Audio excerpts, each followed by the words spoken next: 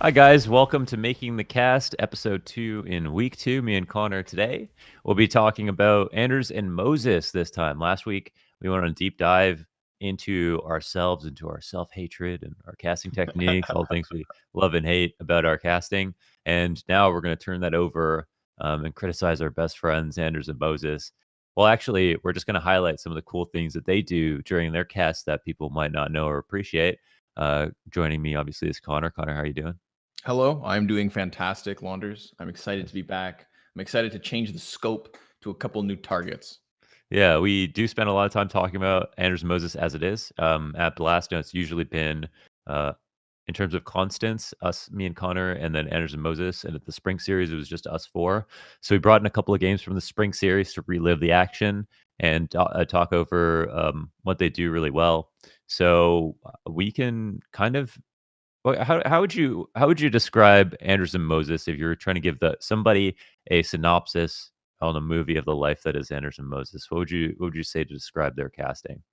To describe their casting, and I think to describe their character, I think it's just incredibly grounded. I think both of these guys are individuals who can kind of sit back from a situation and they let things unfold in front of them before they kind of jump the gun. They don't have to be the first people to speak on a broadcast or in the room. They're very observant. That as well. I feel like they don't miss much in commentary. And again, like I think whenever you look at a caster, a part of their technique is always going to be reflective of who they are as a person.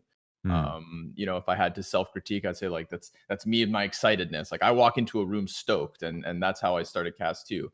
And with these guys, they're really just cool. They're really calm, and I don't think they misspeak as much Hmm. as other commentators might, because they are pretty meticulous with their word choices, and they're always pretty aware of where the conversation's going. I think that's a pretty good wrap up. They're like, to me, they're chill. They're a bit more mature. They've got like a good balance between experience as commentator with Anders, experience as player as Moses for the analysis, and they kind of did deliver a very consistent package. Um, I think a couple of cool things about Anders and Moses in particular is, and then I think we'll probably talk about in this is the way Anders kind of always takes risks in the cast, something I really appreciate personally, where he's always kind of swinging for the fences in the sense that if you're on an eco round, he's always going to try to make it a bit lighthearted or take you out of the cast to talk about something funny or just entertaining or to make a joke that Moses can like roast him about. He always invites the roast, and is selfless in that sense. And I think that sometimes when we saw at the beginning with Anders and Moses, is a lot of these opportunities would come up and Anders would try to sneakily throw in a comment that he knew Moses would like either come back and bite back about or roast him about. And sometimes the moments would fall flat, but he did that clearly to build chemistry. And over time, they've had more and more moments where, now in the downtime, it's not so robotic. And Anders always kind of casted risky. And I really like that. Should I just start with clip and then you take over after that? Yeah, I think we do it like we did last week, which Like of I did course, last week. going in blind. So Cool. Going in blind. let Yeah. me just sorry, my bad. Let me just make sure I get your video open. Yeah. So there's just one that was caught my attention at the beginning of this first round, Navi versus Vitality on Inferno at the spring series.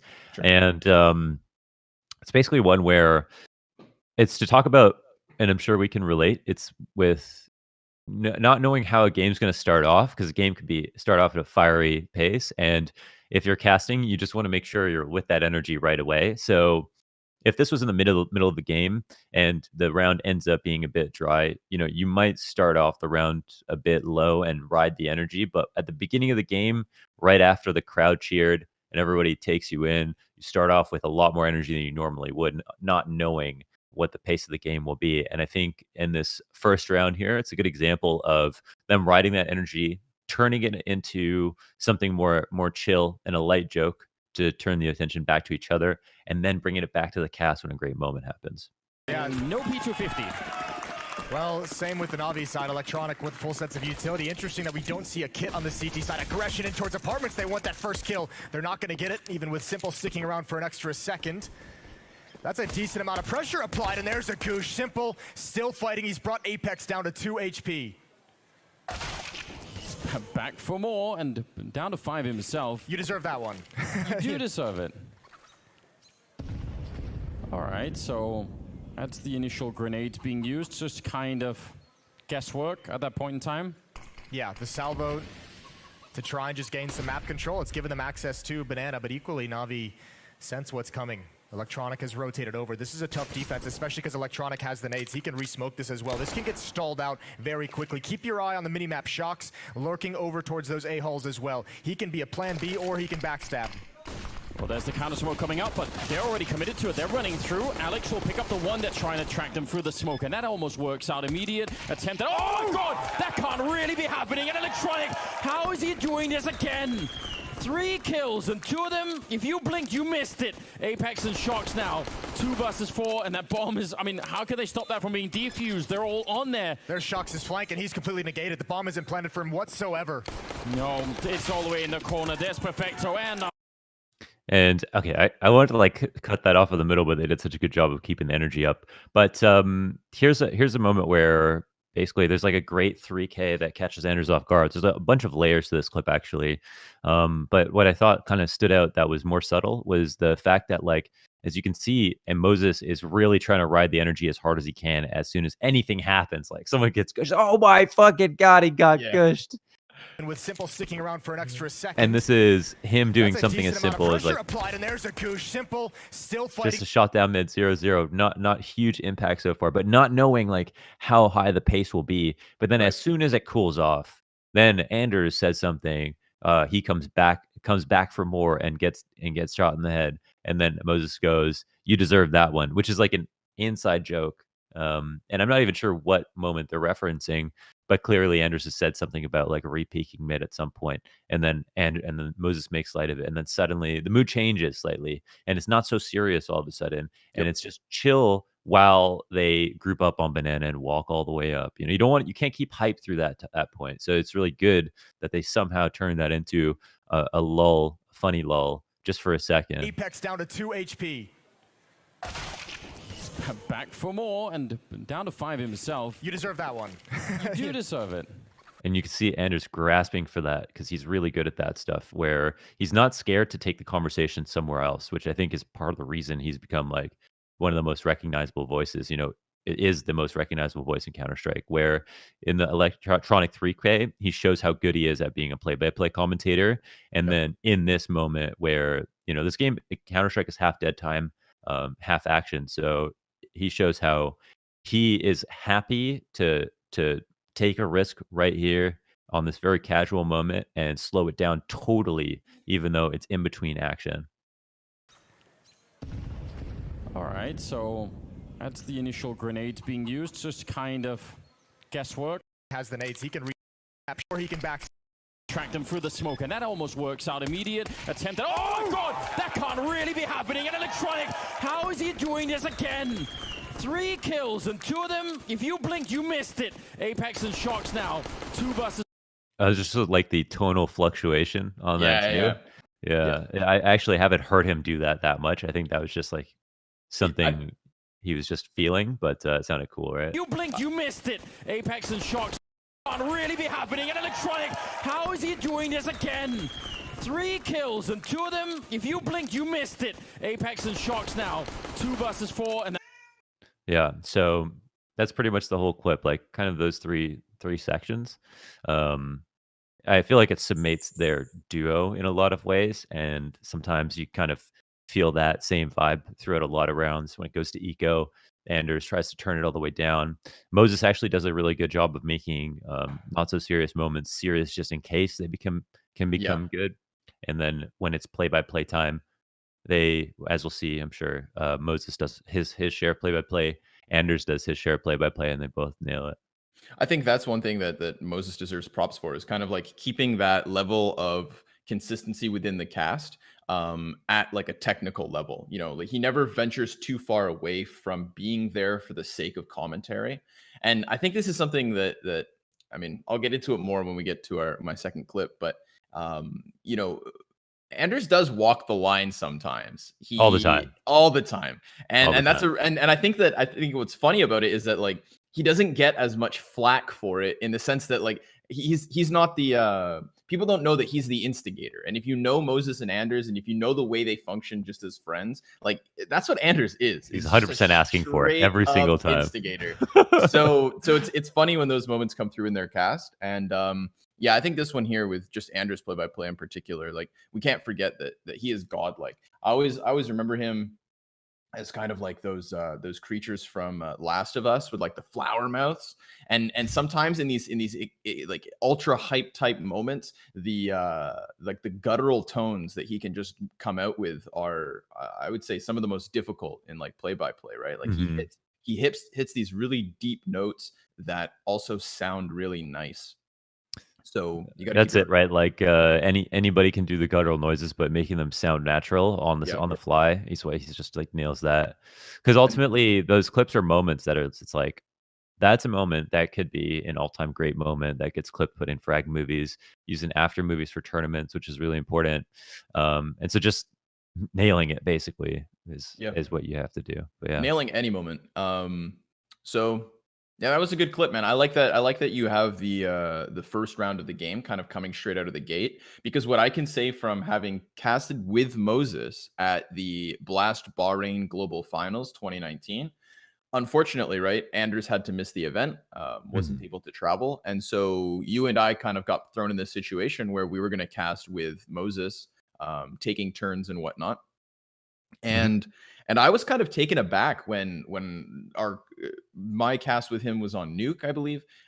And right out of the gates, Moses sets high energy. And in this clip, he does it again. You know, he comes right into the pistol round. Like you mentioned, you don't know what kind of pace you're going to get from this match. So he comes out ready for what is like just straight up T-rush.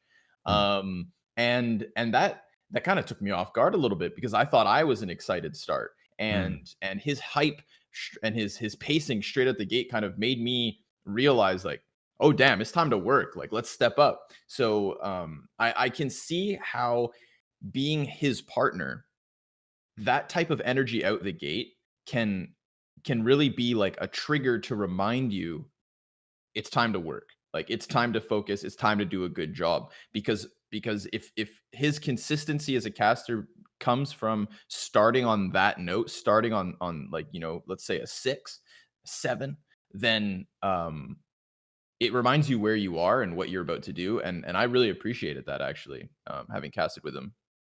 And it was a long time since our last cast, so I don't think I appreciated that skill the last time around, but it was nice. Yeah, I remember at Bahrain you brought that up. You actually just brought up the exact same thing. You're like, well, I didn't expect him to like come out blazing like that. Yeah, come out swinging. I was like, all right, you want to dance, Moses? Let's dance. Yeah. And then we just had some like really fun, really rapid back and forth, and that can be really exciting as a commentator sometimes. You know, it's almost a tug of war for who's talking, but you're not stepping on each other's toes because you're obviously professional enough to share a broadcast.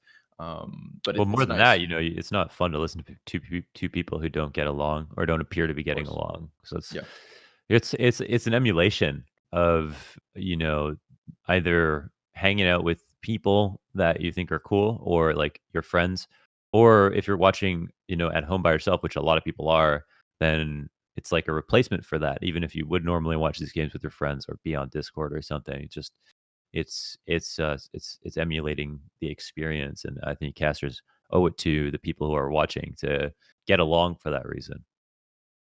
You want to move this one on? You want to move this one along? Little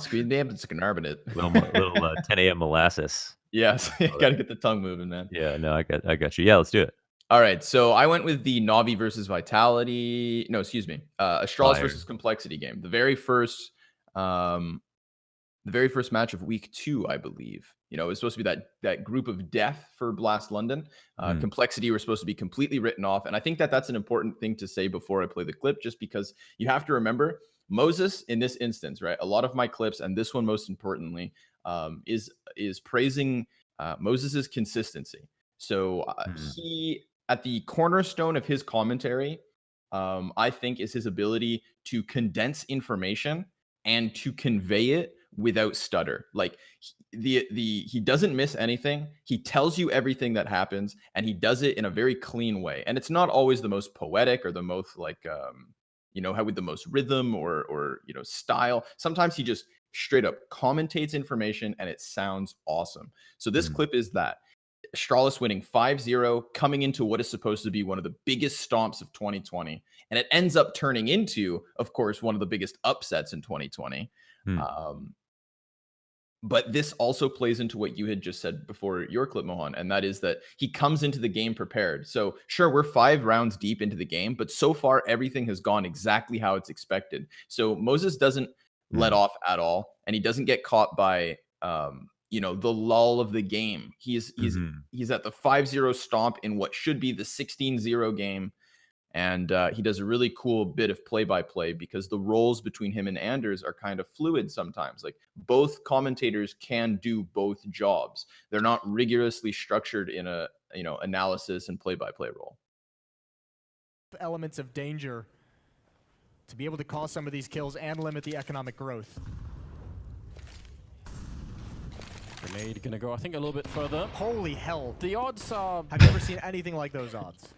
No, not really. Not for a That's while. actually I feel like, yeah, if you're willing to take a chance, then here we go. Gonna be pushing out. Thought maybe they would actually let Rush set up one of those smokes for CT spawn all the way from outside, but it looks like Config's gonna be doing that anyway. So actually double smoking middle is what they're signaling at the moment. That would give you the space probably to get a little bit closer with the pistols.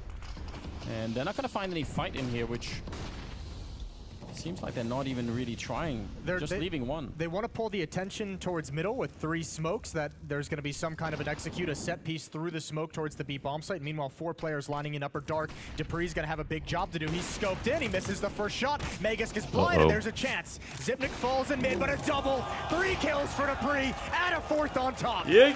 5-0. Yeah. All right.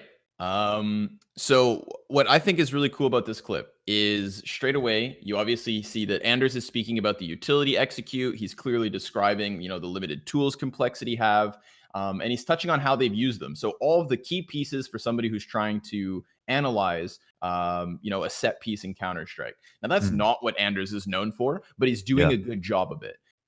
Again, like the trading and the handoffs have kind of been swapped in this round because it is just an eco, because it is just what's going to be that 5-0. It's not as important to have Anders in a position to shine because you're not supposed to get one of these, penultimate type play-by-play moments here in the 5th round.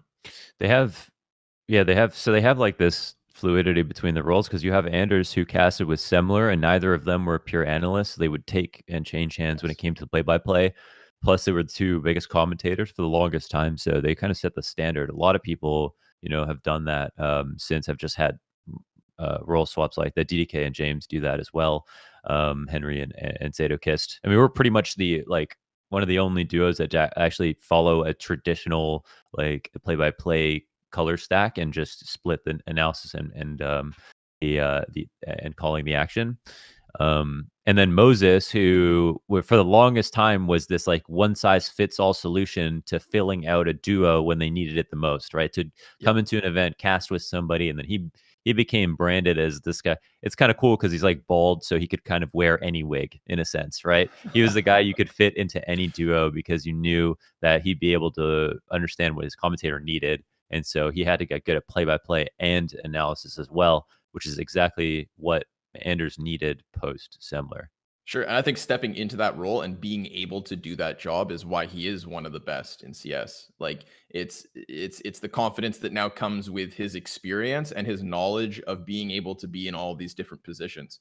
So when I replay this, the start is just Anders talking about his utility execute and doing his part of the round. That funny little odds, quip, again, that's a little interjection from Moses. Holy hell! Have you ever seen anything like? Actually, it was pretty funny. Call me off guard.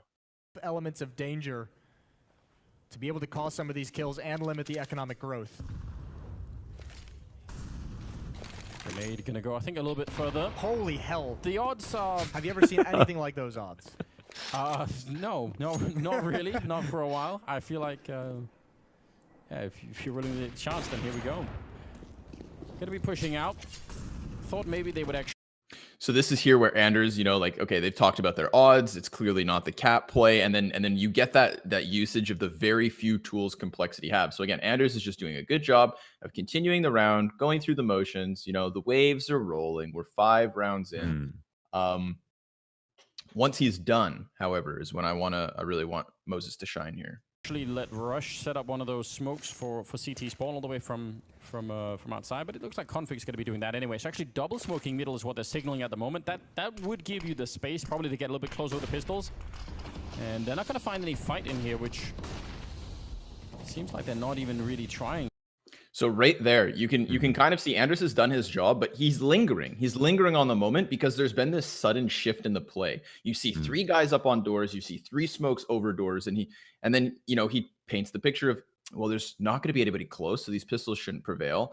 And now it seems like they're not even trying. Like, that's what he ends on. He even takes this like you know, elongated breath of like, and now they're not even trying. So he's left a moment for Moses to come in. And this is where I think Moses does a great job of what I want to call playback. He plays back Anders' final sentiment and then very quickly shifts into, you know, the on-the-fly analysis of what is Complexity taking all of their members up into tunnels. Okay. And as this round goes on, I want you to take note of the condensing of Moses's sentences as it starts, right? When he goes into this next moment before they actually push the bomb site, he's using full sentences. He says they want to pull the attention towards middle with 3 smokes so that there's going to be some kind of an execute. A set piece through the smoke towards the B bomb site. Right? Long sentences. Filler between. But then once the execute starts rolling, you're going to see him jam pack that into from what is a 10+ word sentence into a 6-word sentence. And then when the heat of the moment is truly at its peak, he's only using 3 words at a time. And that is what I mean when I say that he has such a skill to take all of the info that's going on across the map. He even interjects at one point with zip dies in mid. It's like your brain is being given info from all over the map while the play is unfolding on Dupree. And before any of that action on Dupree can happen, he's called attention to that player by stating very clearly, Dupree is going to have a big job to do. Yeah. So we'll play that. Remember, 10+ words into 6 into 3. They're just leaving 1. They want to pull the attention towards middle with 3 smokes, that there's going to be some kind of an execute, a set piece through the smoke towards the B bomb site. Meanwhile, 4 players lining in upper dark. Dupree's going to have a big job to do. He's scoped in. He misses the first shot. Magisk is blind, and there's a chance. Zipnik falls in mid, but a double. 3 kills for Dupree, and a 4th on top. 5-0. Called it super quick. And I like how you put it. He has a spotlight on multiple parts of the field. You know, he's kind of building as much. He's kind of trying to tie in as many details about what's happening into a play-by-play moment as he can to just get a pressure cooker of excitement going, so that the moment itself is, you know, as tasty as possible. And Dupree just delivers. And you know, he doesn't know what's going to happen, but with the way he casted, once it happens, it feels like he knew the whole time. And what you should go for. He never took that spotlight off of the CTs either. I mean, what you have is a 4-man rush out B tunnels. It's really difficult to highlight which terrorist, if any of those terrorists, is going to be able to crack open the site, especially in an eco. So he highlights what he knows. There's 3 CTs in that play, and he mentions all of them. He gets Dupree, who has a lot of work to do. Magisk is blind, and now there's a chance. Zip falls in mid, and then there's that collateral shot, like the pinnacle of the excitement, the most intense moment of the round. And I love that when he calls that, it's almost like you've got this track going on in the background, and then if you had a background singer who would come in with like a hee, like that's when he gets the but a double, you know? So it's Zip falls in mid, but a double. There's 3 kills for Dupree and a 4th on. It's like he's got his line. And then he's got these interjections that he throws in. Never sounds like he's out of breath in those times. It's like he's got that back pocket play Hmm. for those hype moments. And then obviously it sounds good too. You know, he's got those deep tones just like Anders.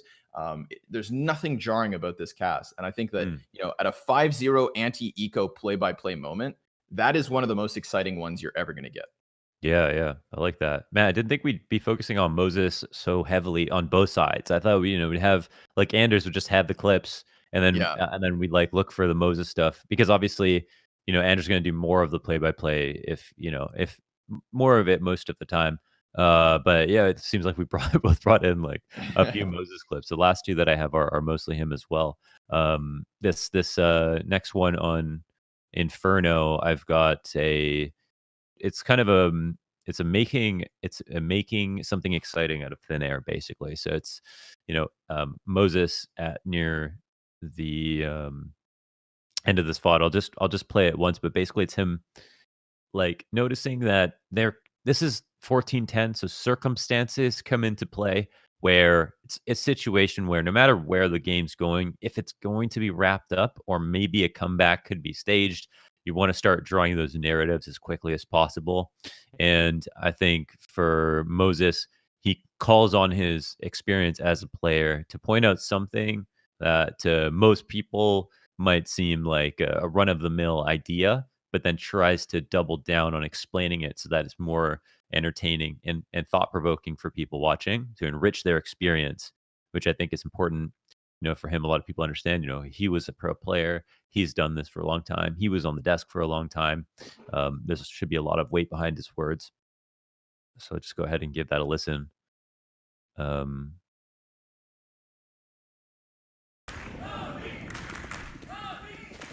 Boomich with a Mac-10. Wonder if he had enough money to drop for somebody else, if that's part of the plan here. He does seem to just enjoy those SMGs no matter what. RPK, that's really aggressive, and they see the gun barrel, and he almost wins the fight anyway. Hard to believe, but he had some backup up in the apartments. They need to make this work, though. Apex will get a kill on Flamey, so at least they even it out a bit. Oh my god, this play from Shox is so cool. He just drops right out. He knows that's where the action is. He's going to have a fast flank, and the map is shrinking for Na'Vi. They have no idea this is coming in. Simple as alone with the bomb. They're going to try and run a fake, but Shox is going to put a stop to it, I think, before it begins. And there is like the daunting circumstances racking them up. Once again, keeping, like we talked about in that last one, keeping a inventory of all of the moments that are happening while this moment is happening, bringing that into the moment, and then just kind of putting a bow on it and then passing it off to Anders. And this is specifically a moment where it's not as exciting because as soon as he walks underpass, somebody else gets a kill. So it's 4v3. Plus he locks this one down. So Anders doesn't really have a way to make this an extremely important moment. It's also not a full buy for Na'Vi. But here's the point at which it could have been. And it's because he pointed out something that most people would not even notice. Simple's got no chance, and that is the bomb. While they were working the B bomb side on the other side, no point in that anymore. I love that play from Shox. That is some very cool stuff. Mac-10 against the AWP of Alex. Again, they can take it out of his hands, and if he can throw that away, he can't. And we could see how the round is so much more boring without that flavor added to it. And it's pretty much there's something that could also help with this storyline of Vitality coming back into this game, along with them winning a round. So just on either side of it to kind of hear how excitement isn't there as much. And if Moses hadn't talked about this one cool thing that Shox did, and we forget about, Shox making a play there, we don't characterize that for what it is, which is like a brave move to make. We don't think about the fact that like this is actually a pretty important round with Na'Vi knocking on the door of match point. Enjoy those SMGs no matter what. RPK, that's really aggressive, and they see the gun barrel, and he almost wins the fight anyway. Hard to believe, but he had some backup up in the apartments. They need to make this work, though. Apex will get a kill on Flamey, so at least they even it out a bit. Oh my god, this play from Shox is so cool. He just drops right out. He knows that's where the action is. He's going to have a fast flank, and the map is shrinking for Na'Vi. They have no idea this is coming in. Simple as alone with the bomb. They're going to try and run a fake, but Shox is going to put a stop to it, I think, before it begins. And you see right there, as soon as he drops off in tonality, Connor, I'm sure you caught that. Like, that's where Anders is. That's where if you were Anders in that moment, you're like, right, it's my turn, right? Yep. So he's like, I'm gonna wrap this up as nicely as possible, right? It's in prime ship to your door. You get to open it right away, and then you go ahead and take it away. Um, and I love when he says the map is shrinking. It's this thing. It's like the room is getting smaller. It's like this, like to kind of incite fear. I really Yeah. appreciate that in the cast because it strips away all of the other noise, kind of ambient noise around all of the plays that are being made. It usually coincides with the player walking, moving on a flank. I feel like it's kind of one of the perfect things to say for the situation at hand. I think that not only does he incite fear with that line there, the room is shrinking, but even once I believe Perfecto dies in Underpass, so the player that Shox is meant to be getting the kill, right? The next logical step of what Moses is trying to allude to. Once he loses that, and then you see, of course, Simple drop in and then jump away, so Shox doesn't get that big moment. I like that he still leaves it on this moment where he creates the suspense. Like you were mentioning, he passes it off so clearly by a shift in tone that it's almost like a movie trailer. I'm not sure what his exact last words are, but it's that like or here it is. Like it makes you kind of lean in a little. Like, is this really gonna happen? Begins. And then before it even over before it even begins. Yeah. And the map is shrinking for Na'Vi. The map is shrinking. This is coming in. Simple is alone with the bomb. They're going to try and run a fake, but Shox is going to put a stop to it, I think, before it begins. I think before it begins. Just kind of feel like, oh, it's about to begin. So that's a really nice one. And again, I think that plays into like the strengths of transitioning, the strengths of the handoff. You never, again, having casted with Moses and having done it one time in like I think 3 years. With Bahrain, never did I feel impeded by him speaking too long, or for him like kind of like sometimes some casters like shoulder you off moments, like they really won't let something go, even though in terms of their like speech pattern or their rhythm or their breathing, it's like I'm looking at you and I see you're out of breath and I'm so ready to take this, not you in particular, but anybody, right? And then like they won't pass off, and Moses isn't like that. He never He's a good even guy. Yeah, it's like the oxygen tank never even gets beneath halfway with him. He's never he's never gassed out when he's speaking. Yeah, I think he does. Yeah, he does breathe well too. That's a good point. Yeah, that's a good point. Yep.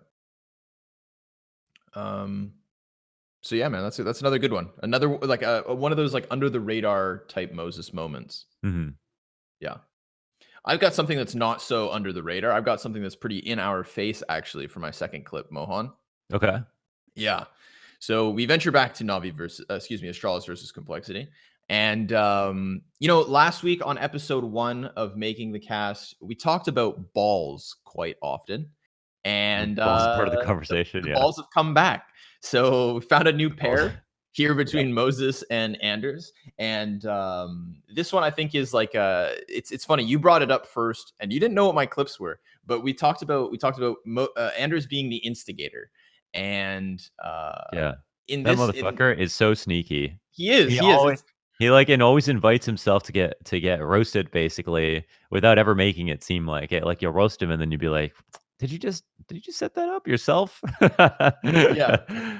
So in this one, it's that like again that Anders walk the line type style, and I love it because you can hear. I'll play it once. I gotta play it once just so you can appreciate, and we'll reflect. To show for in this particular round.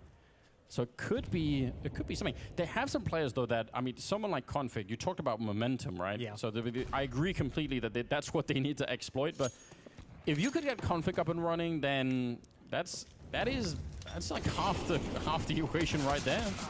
Well, especially because we know when he's feeling the game and when he's feeling just his.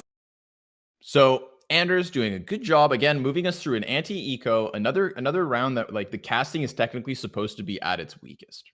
You would think there's the game isn't providing, so the commentary can like like these are the beauty of eco rounds, is that I think if you really kind of boil down what commentators say during their ecos, you can see their level of skill. And in this instance, they haven't dropped off at all. Finally, remember, we were at a 5-0 start when we last tuned into this match. It's now 3-5.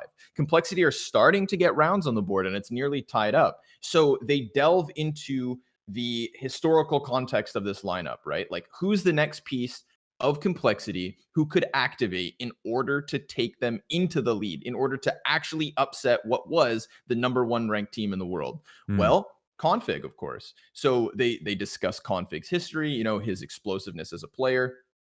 And where I've paused it here is, of course, Moses just finishing that point saying, like, yeah, Config could really turn up when he's feeling his own game, when he's feeling the game in general. This is when the balls come flying in. And I love it because you hear the way Moses says balls. He you know, as a caster, you know, you're live. And if you're going to say something like that because it fits the situation, Yeah. it's always in the back of your head, like, should I filter myself? Like a little bit of it is there. And whether it's intentional or not, I think you can tell that Moses is not intending on lingering here on the balls, but because he laughs when he says it, he goes, balls, balls. Like it's very lightly said, you know, like he gets through it. He uses it, but he gets through it. And from that moment on, you can just hear Anders thinking silently, ready to bring in his quip, right? And he tries to put Moses in a position where Moses is supposed to be caught off guard by this, again, walk the line type style from Anders. But this is where the chemistry between these two guys has developed too. Moses doesn't shy away from it. In fact, Moses just cranks the dial to a 10 and catches Anders off guard. It puts Anders back in the hot seat, kind of like, you created this situation. Now you have to deal with it. And they do so by just moving along into the round and like getting away from it, right? And I love this. Moses has had enough. And I think this might be the development of 2020. Maybe Moses now he's Anders out when it comes to the, you know, in the shadows debauchery. So he throws him in the spotlight, and it's really funny here. This game in general, he's one of the most courageous players we have. He's got some of the biggest balls in the entire professional scene. So that's who you'd expect to start, you know, running away with things and start kind of exerting his dominance on the field of play. We've done the measurements. It's accurate. What we're saying is we need to see Config's balls. Yeah, you know what? There's some prime content right there. I reckon he's always going to help you out, no matter what. Half a generation of Counter-Strike viewers, maybe it's more than that even, who actually haven't seen that version of Config at all. Oh yeah. Because of just how his career is. It's been a while. Yeah, it's been a little while. So yeah, that's something that we could even look for. So, you know, that one's not so much like the big casting moments of Anders and Moses, but I think it's a good clip to the chemistry between them and how they can just move along from something that like they know they can't linger on anymore. Anything that could be said was said because Moses just cranked it out. Yeah. And it's fun to see them be able to have that back and forth. I really love, I feel like Anders lives in, I've heard Hobbit say this before, but I feel like Anders lives in the awkwardness zone where he's happy to always say whatever.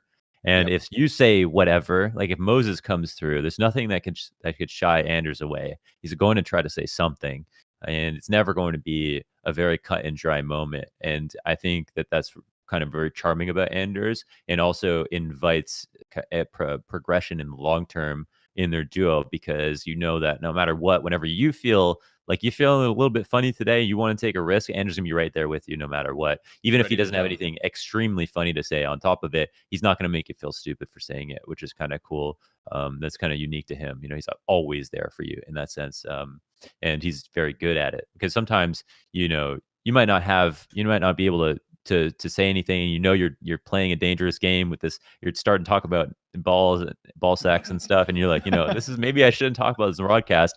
But Anders will find a good way to show you that he's with you without also maybe pushing that over the line too much. Yeah, you're never jumping off the cliff alone when Anders is around. You know, no matter the subject matter, he's ready. He's ready to take that dive, figure things out and get weird. And I love that about Anders. I think that I mean, I haven't had the chance to cast with him, but I imagine that just being, you know, knowing him as a person and working around him, I would imagine that you get that sense of comfort the moment the broadcast starts. The same way I was mentioning how Moses kind of gives you that level of energy. Well, I think Anders gives you that level of calmness where you're not going to be anxious about saying the wrong thing ever. You're not going to be anxious about a point falling flat because if you say something that's kind of weird, I think Anders will try to no matter what you say to Anders, he will try to unpack it for some level of deeper meaning or some extra bit of reflection on a subject. So it's nice. Yeah, I made this a point with doing interviews, or I think I've told you this, where it's like you're talking to someone new for the first time, but there's no sense in going through all the formalities of introducing yourself to a person when it's going to be in a 4 or 5 minute video where people just want to know and see that you guys are friends. And there are people that you hit it off with and people that you don't hit it off with in real life, but for content or in a cast, why wouldn't you both just assume and take the risk of assuming that you're both going to be friends? And I think that's one thing that Anders does really well is he jumps to that middle portion of your relationship right away where he's just going to assume that you guys are going to be friends. And I think that assumption, just that assumption alone allows you to feel that level of comfort and for him to get comfortable. And then it's this unspoken handshake, but it's that risk that I think is really important to take with a co-caster. Yeah. Yeah. If I could speak more so to that, I would say this is a real big throwback, but before I was ever a commentator, we're talking the knife round Reddit video pops off. I wake up the next morning to 80,000 plus views, top post, Reddit comment, whatever, and to me that at that point that was earth shattering. This was I could have never fathomed that level of attention, and immediately Anders actually reached out to me over Skype and said hey man, you've just done something for yourself, and I don't know if you realize what you're getting into or where this road leads, but you've clearly just come across the fork in the road, and I would like to be the first person to tell you what lies down this direction if you decide to jump in on esports commentary. And he explained to me the difference between freelance and contract, and he explained to me that the different ideologies of casting within Counter-Strike at that time. And this is somebody who had never heard my name even 24 hours sooner. So I think what really strikes a chord with me is when you just said where he jumps to the middle of your relationship. He assumes that you're going to be friends. And in that instance, he just assumed that me and him are going to be colleagues so that we would probably have that conversation at some point down the road if I stuck to my guns and if I made something of it.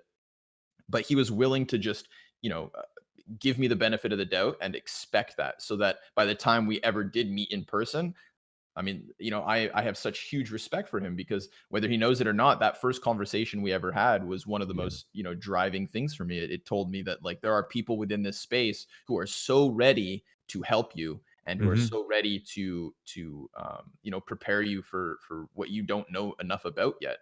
I didn't know what was coming, and he gave me all the red flags, and I was really appreciative of that. So Yeah, that's cool. It's within, I think, it's a part of his personality to do that. Yeah, it's the optimism. It's Yep. the optimism in him. That's really cool. Didn't know that. That's awesome. Okay, and then I think I have one more. I have one more Moses moment. Moses moment. That works. This is another kind of making something exciting out of thin air, and it's basically him setting the stage here for Perfecto. And the specific casting technique is something super simple here, but I didn't want it to, as you just mentioned, focus on a big play-by-play moment because it's not all of the technicalities of casting. That's probably in fact what people understand the most, right? It's those moments. So this is just to talk about wordplay a little bit, and it's to one of our I think our most important tools is being able to cast round after round with new vocabulary. I think that is one of the most difficult things and one of the most important things that we do as commentators is to speak clearly, obviously, when we cast, but when we talk about these situations that happen over and over and over again, 1v4s, bomb post plants, eco rounds, so much rhetoric gets recycled. And what we have to do is figure out interesting and new and fun ways to repackage those so it doesn't hurt your ears, because it really burns your ears when you hear somebody just droning on, or not droning on, sorry, but having to circle back to the same phrases to explain something that happened just like it did last round. And in a game like Counter-Strike, it happens a lot. In other games, there's maybe way more kind of words you can use and different spells, types of team fights and stuff like that give you a way out. In Counter-Strike, I mean, we run into this problem all the time. So I mean, that MP9 should be able to stop almost anything. Problem is already in a 4-on-5, one mistake from Flamey, who's the sole defender at this B bomb site. And they likely lose the round. Oh, pop flash over. That was almost a mistake. The pop flash was almost completely perfect. Now to the A bomb site. Electronic is down with just 1 kill. It's all on the rookie. He needs 1 more. Over the smoke. He's going to find ZywOo very low. And Na'Vi holds on 2-0. For him just saying, like, to describe this player as the rookie, I think is really big, because you can just say their names. That's the easiest thing to do.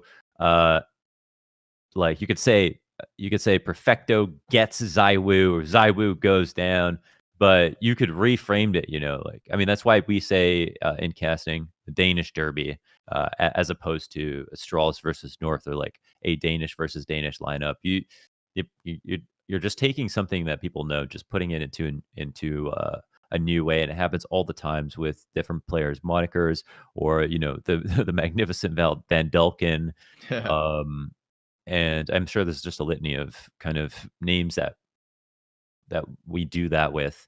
And I think it's also it's fun to, I mean, that's the saying the rookie is not something that will catch on as a name for Perfecto, because he won't always be the rookie. But it's endearing to create a nickname for a player for everybody involved, because then they become that player in that moment. You were there watching during that moment. The cast that you contributed to is your cast, so you get to create that moment for people watching. And I feel like looking for those moments to try to shine a spotlight on someone specifically by giving them a nickname, I think it's actually one of the highest honors you could do. Yeah, big time. And I think it contextualizes the moment too, right? Like, Perfecto's in a high pressure situation. This is the hit coming around the side of the map. So to, mention, like, to label him the rookie in that time, think about what a rookie instantly makes you think about, right? Knowing somebody's a rookie makes you think they're going to have maybe an element of choke, or they're going to have an element of unpreparedness, or that they're more inclined to make mistakes, or that they're less inclined to pull off the play. It's so there's so much context literally just in the word rookie, as opposed to using Perfecto, which is simply him. And there's nothing else that will call to mind. So no, you're right there. I think that he says so much without saying anything else at all. It's one word or a name. It's a name to a name, and it's really good that he calls him that there, because it's versus ZywOo as well, who we would have also referred to as a rookie, even let's say a year previous. So that I think that just goes, yeah, it's beautiful. And it's like he clearly is trying to just make it more amazing if he does get the kills, which is the same thing with, like, how scary it is for Na'Vi. You can't really lose if you make the scene more dramatic. It doesn't matter who actually comes out on top, as long as the whole thing is just a bit more serious, a bit more scary, a bit more unpredictable. I think that's what he's good at. Yeah. Toads, did we do 3 each? No, we didn't. Right? I have a third. Yeah. Oh yeah. Yeah. Cool. I've got another Momo moment. Another Momo moment. Another Momo moment. That is Mohan. Oh, yeah. Sorry. Yeah. That's applicable. 538.09. Okay. So this last clip, another one from Moses. This is the game-winning long hold. So this is one of those, Astralis have won 4 consecutive rounds. It's been pretty convincing. Complexity of sat on 15. And how many times have we seen Astralis, give up some ground, be in a tough spot, and then push it into overtime to win the game, whatever. So in the same instance that my first Moses clip today was at the 4-0 point, and it's the 5-0 anti-eco, but he still gives the play-by-play due diligence.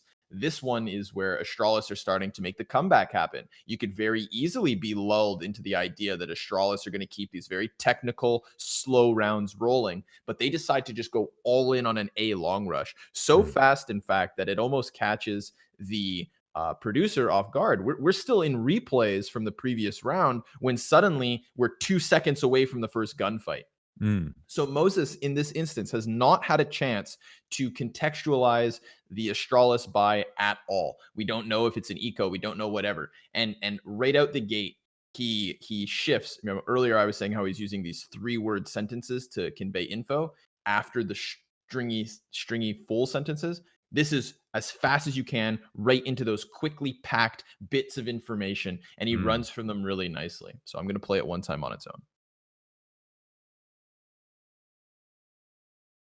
They steal it. Rush will pick it up and Blame F will get an AK at the end. So some good recoveries from Complexity. 4 more rounds to go for Astralis, and they will complete the comeback into overtime, which would be quite something. All right, highlight ops nice 1. Play this. Doesn't. Ooh, he flinches a little bit, but he knows what's coming next. Config not quick enough on the draw. This is a spectacular shot. Doesn't have any impact on the round, really, except it all the while puts an AK-47. Rounds about to start. We don't even know. Pick up. But now we get right back into it. Guns on both teams, full utility on both teams, and fast-paced. Zip is going to get the opening kill. Flashbang is perfect. He's blind in return, and Rush is going to try and hold the line. There's flames everywhere. He's got a triple kill. Poison is going to close things out. It's Glaive again in a 1 versus 4. Map 1 is going to go to Complexity. What a way to win. That was down to the last second. If Rush goes down... Can you play that again? I've never heard Moses go there ever. Right, I don't remember that. I've never heard him go there. I know, it's nice. It's 538. Hold on. I can replay it just from so this is I can replay it right from where Rush is in the mix here, right? So let's just remember that when that replay is unfolding, like Moses even mentions it, Poison's Deagle is an amazing shot. That's something we have to go back and watch. I understand why the producer is trying to interject that into the broadcast, but Moses even says like this kill is near meaningless. But wow, like you have to reflect on it. But clearly, that's not him choosing to speak about that. He may want to be, preloading the round as to what's about to come in. But talk about what's in front of you. Yeah, exactly. He doesn't get that chance. So his prep phase commentary is literally guns on both teams, full utility on both teams, and fast pace. That's like 9 words, and you have a very clear image as to what's happening. It's a full blown cookie cutter Counter-Strike round. And then, then the action starts happening outside long. Zip is going to get the opening kill. Flashbang is perfect. He's blind in return. And this is one of those like micro moments of casting that like is fun to use. It's Sadicus taught me this, and Sadicus has talked about it. And that's where, as opposed to when you find yourself in a very tense moment suddenly, or something big happens and you weren't quite ready for it, in this case, Rush getting a multi-kill and Rush throwing himself into the gunfight, as opposed to just trying to say more words and trying to pick up it fast, just draw a word out. And he does that. Flashbang is perfect. He's blind in return. And you give yourself a chance to catch your breath. You give yourself a chance for the viewer to just process what they visually see, because there's so much going on, so much visual stimulus of this like 3 versus 3 long fight, that you don't want to just start stimulating more with a ton of words, and you don't want to start trying to get people to listen to what's going on. You want them to just see what's going on. And by drawing a word out there, he gets to kind of recompose himself. Then he pushes the emphasis onto Rush, and then there's that awesome moment that I think he's found himself kind of back and forth. Like, is Zip getting the play? Is Rush getting the play? He doesn't know where to kind of, put the emphasis of the moment. So he just comes out with this, there's flames everywhere. Like he just says, screw it. This is crazy. This is nuts. And you hear that here. In return, and Rush is going to try and hold the line. There's flames everywhere. He's got a triple kill. Everywhere. Poison is going to close things out. It's Glaive again in a 1 versus 4. Map 1 is going to go to Complexity.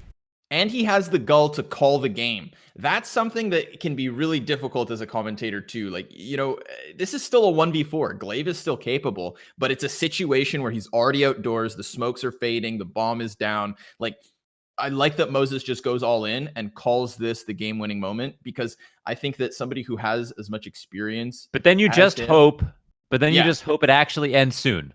Right. Yeah. That's otherwise true. Like, oh yeah. Because then you're going to call that. It's not going to be something you remember as a viewer, as long as it just ends. Like, just end. Don't glaive, run back to long with 50 HP and no nades. Right. Just like have poison peek out, grab this frag while people are cheering. Like, for the sake of the game, just finish for the sake of the freaking game, just finish the game. Yeah. But what's nice is, like, Moses knows that there's an 85% chance minimum that he has just commentated the most exciting point of the round. So you want to put a fork in it. And even if you're wrong, it doesn't matter, because at that moment you cannot disagree that this game is finished. Like, if maybe it's a free double down. Exactly. So it's really cool for him to kind of, finish this one off, and then Anders does. What a way to win. That was down to the last second. If Rush goes down in the middle of that, they don't even get close, I think. Astralis just take long and win the entire fight, but instead, he stayed alive, and there it is, 16-11. Complexity do what? That was like one of the final moments right before Anders would have to just start saying a new sentence, and then just completely destroy the hype. So that's good. Great job, Glove. Nice strong finish. I like I like that a lot. I don't remember hearing it's even just how abrupt Moses cuts himself off with there's fire everywhere.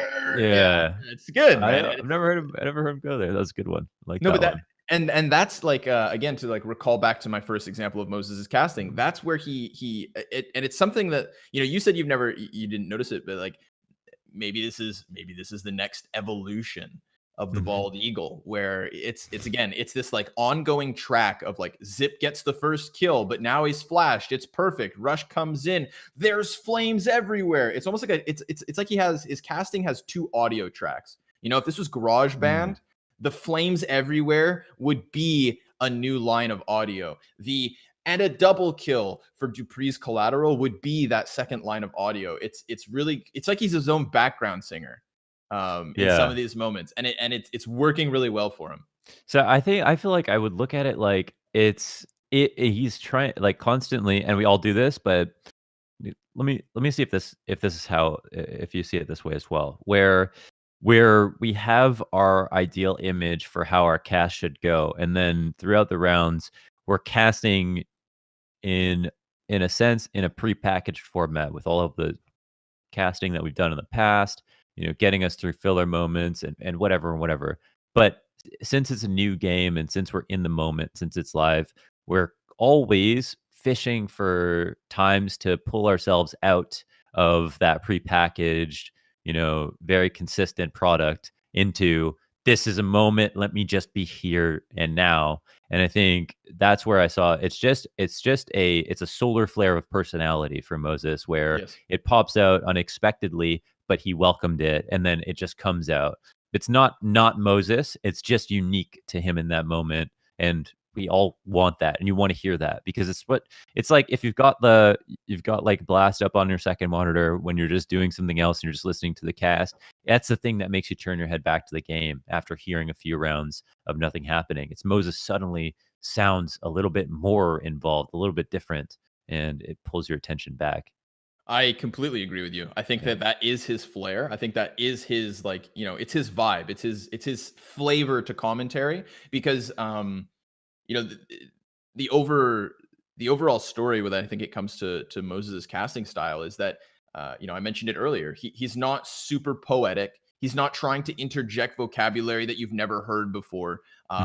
He's not turning you say it like when you have it on the second monitor, like, what's the head turn type moment. It's not like he's doing some crazy bout of alliteration or rhyming or anything like that, and I think that guys like Machine, for example, is incredibly poetic when he commentates. And he just strings sentences and words together that I would never think of doing, and like that's where you have to praise Machine as a commentator. But again, Moses uses the cornerstone of casting, conveying information in concise bouts of speaking, and you see everything. There's not one thing that happened in a 3 versus 3 long clash that we didn't see, or that we weren't told by Moses, because of his ability to just like wrap the whole package. And then if screaming, there's flames everywhere, like some kind of town crier, like if that's his flavor, if that's the way he kind of makes casting his own, then I'm 100% all for it,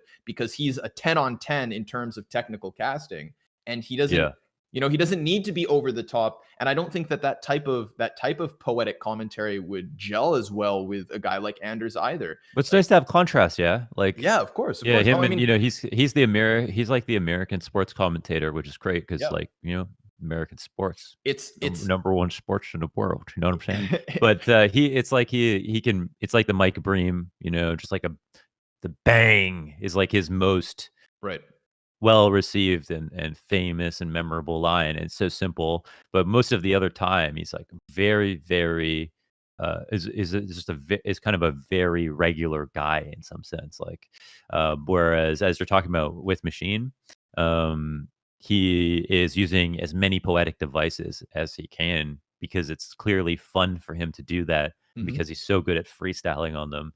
And you do too, alliteration, rhyming. You try to and put those into your cast as well because you also find it fun, the technicalities of Yep. speaking and rhythm and stuff like that, which is great.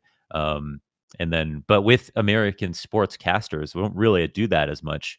It's mostly kind of big boomy voice, very straight to the punch, talking kind of like you would if you were like an air traffic controller or something like that, Yeah, that's a good where example. it's a lot of information packed densely without being annoyingly long or verbose, and just sounds good and just makes sense and it isn't hard to understand. Yep.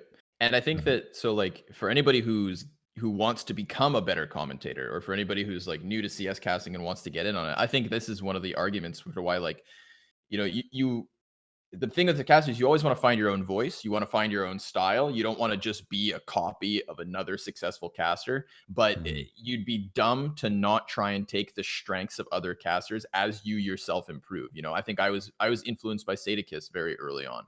Um, and he's one of the best. So there's absolutely zero shame in that. But I think that like the easiest person to emulate what they do best would be Moses, in the regards that like it's textbook. And it's not easy to be as consistent in your textbook casting, Mhm.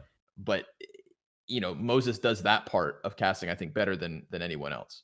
Yeah. And that's an opinion, but I'll stand behind it because it's like he is the person who, like anybody out there, he is the person who you should be learning the most from until you are good enough to start doing your own style, until you are good enough to start, trying to get fancy with things. I Like, remember it's like people tell you to like pick your own sensitivity in Counter Strike. Like you just use whatever sensitivity you want. I yep, think there's a great argument for using some kind of mean sensitivity of the pros, right? Like to yep, pick something that people know works and then go from there. Adjust once you're in that 2 to 2.5 at 400 range or whatever it is, that's the average. Start to adjust once you get your footing. And I think that's just the takeaway is that like you can learn so much and then find your own style afterwards. But I definitely think it makes sense to have people you look up to and their styles that they've explored for so long, and then try to copy what you think can fit with them, with you, and then other things from other people. And I personally try to be like a cafeteria when it comes to who I decide to cast like or what techniques I involve in my casting.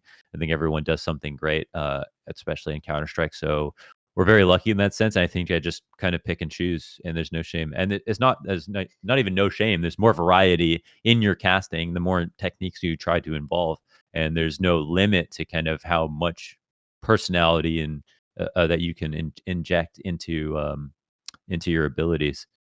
Uh, we got Esports Murphy in the chat, recognizable name. I recognize that name. He asks, do you guys ever find yourselves wanting to repeat the same storyline slash phrase verbatim? If so, how do you avoid it? Sometimes it becomes a meta. So, for example, it's 11-4 half, Connor, and so we know what that means. Got to this win the pistol. yeah, this pistol is important. Yeah, this pistol is important. And then sometimes you have like this breaking the fourth wall of the cast almost moment where you're making light of a situation that you know you're running into, that you just ran into last map, that you've done 500 times in your life, and you want to let the viewers know that like this is just as much as they understand that it's going to be a boring start to the second half if X team doesn't win the pistol. This is all we have to go off in this new half now that there's no context from the last half to build off of. And if you're fortunate enough that the muse on your shoulder blesses you with something else interesting to say that has nothing to do with that, then you can ride off that. sometimes the fallback though is to just make light of the situation and be like, this is happening again. We know it, you know it. Let's make a joke of it. The 11-4 is kind of built into the structure of Counter-Strike as well, right? So like that's one that you face pretty regularly. I think that finding myself wanting to repeat like certain phrases is also a bit of a death trap. Esports Murphy, things like I think this one happens all the time. Anytime an in-game leader has to make a big individual play, he has to lead by example. Every caster falls into that one. Like I think there's certain phrases or certain situations that like it's such an easy pitfall trap. You know, it's just like it's a kilometer wide crater and you're going to get out the other end and nobody's kind of shocked that you fell into it. And that to me is one that always like it's always in my head. He's got to lead by example. It's funny because those are the hardest moments. It's not even like the great fun play-by-play moments, like the sick, tough to break down analytical rounds. Like those are the good fun moments. The hard moments are when it's like the trite storyline rears its ugly head once again, or starting over another half, or it's a game that's going to be a game that's over with unless like 10 rounds later when they make the comeback happen. Those are the rounds that make, I guess, that define how good you are as a commentator and are really what really put you to the test. It's a double-edged sword to the lead by example one, because you can't say that except for the 2 IGLs in the game. So it's like it's almost like you're saying something different. It's like, oh, Glaive is finally in a clutch. Well, I can say this new thing that I haven't said yet. But in reality, all you're doing is repeating that every match or like every time he's in a clutch. So it's not repetition within players, but it's repetitive every time you talk about that one player. So you got to be careful. That's a tricky one. Yeah. Okay, cool. I think we covered a lot today. I think we did good. That was fun. It was fun talking about other casters. I'm not going to lie. And we should talk about even more casters next week, I think. Yeah, let's do it. Yeah. If you guys, first of all, make sure everybody in your family or extended family is here next week to watch Making the Cast episode 3. If you guys do have any other questions, let us know, and we can kind of get questions before the show starts to make this a bit easier. Fall to go up on YouTube, youtube.com/blastpremiere. You can go ahead and tweet at blastpremiere or see some of the clips that have been uploaded from these shows on twitter.com/blastpremiere. Shout out to Anders and Moses for being our guinea pigs of the week. Connor, any last words? Nope. I'm done here. Done here. Okay, we're done here. And so 7 days of content. We've got next coming up is the Mystery Wingman segment with James Banks. I think that was skipped last week, so we'll have that in 2-on-2 coming up tomorrow between 4 and 6 CEST.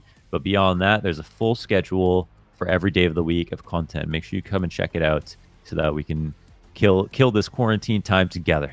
All right? Okay, thanks, guys. Everybody, take care.